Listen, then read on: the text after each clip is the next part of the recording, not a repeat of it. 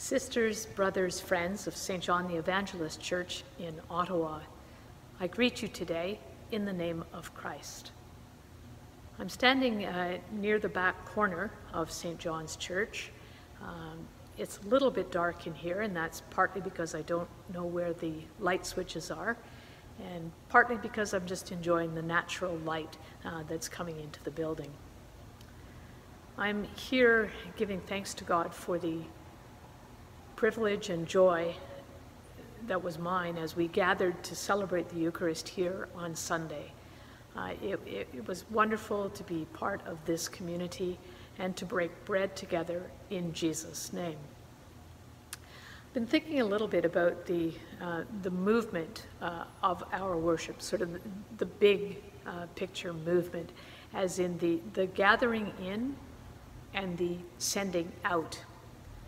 And as I've been enjoying this space again, I've been thinking a little bit about how the architecture really lends itself to illustrating those great overarching movements of the liturgy. In the first place, the gathering in. Well, all around me right now is this very dark, rich wood. And if I look up, much more dark, rich wood. Very much in the shape, the inverted shape of a ship's hull. And I'm pretty convinced that would have been in the minds of the architects who designed St. John's in the first place, that you could sit here and look up and feel as though you are in a ship. It's long been a symbol for the Christian church. And of course, even way before that, might be evocative of Noah's Ark and the safety that represented in that ancient story.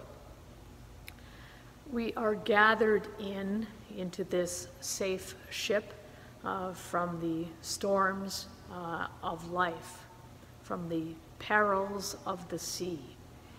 And when we're gathered here, we're held together, we are safe, we are secure. We watch out for one another, we work together, we listen together, we are fed together, nurtured together. But then at the end of our worship, we don't stay here, do we? We are sent forth into the world. One of the words that all the dismissals share is go. And I guess that would be the short form of the dismissal, is simply go into the world to love and serve Christ. And where I'm standing right now, the architecture I'm looking at is, of course, the beautiful glass doors. They are spilling out onto Elgin Street this afternoon. It's a beautiful afternoon, and there are so many people walking by our doors, you would not know that it is a pandemic right now. It's really a beautiful afternoon. Downtown Ottawa, revitalized Elgin Street, and these two are connected, the safety, security, and warmth of this space with the life in God's world just beyond our doors. So I invite you just to think about those movements of liturgy, the gathering in and the sending forth. Now, no one knew when we were sent forth 6+ months ago that it would be that long until we were gathered in again. And indeed, there are some folks who are not able to be with us right now when we gather, strictly because of numbers, the cap at 50 right now, or because of their own health or the health of someone in their household, or perhaps because of distance right now, you're away. And so know that we are praying for you when we meet together here, and we invite your prayers for us. Remember those great movements in Christian life, being gathered in to experience God's love and being sent forth to share that love as ambassadors of Christ in the world. You know, because the organ is associated with the church, a lot of organ repertoire is based on church melodies, on hymns that people would recognize as they listened to the organ being played.